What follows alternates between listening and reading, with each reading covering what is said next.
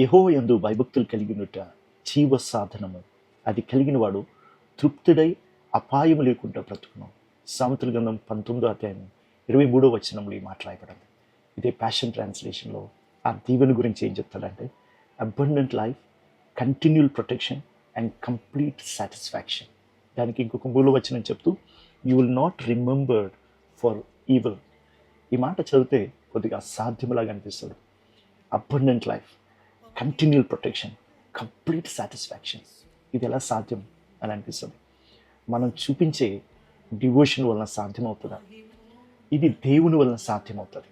దేవుని యందు మనం భయభక్తులు కలిగి ఉంటాం. దేవుడికి ఇచ్చే స్థానాన్ని దేవునికి ఇస్తూ, దేవుణ్ణి మన జీవితాలకి ప్రభువై అని యోచించి మనం ముందుకు వెళ్తున్నప్పుడు, ఇది వే ఆఫ్ లైఫ్, జీవ సాధనమై ఉన్నది, జీవించుటకు మూలమై ఉన్నది దేవుని యందు భయభక్తులు కలిగి ఉంటాం.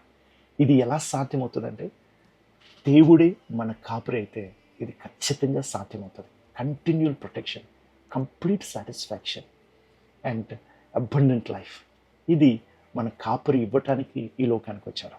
ఆయనే మనల్ని ఇలా తృప్తిపరిచేవాడు, సంరక్షించేవాడు, నడిపించేవాడు అయి ఉన్నాడు. ఆమేన్.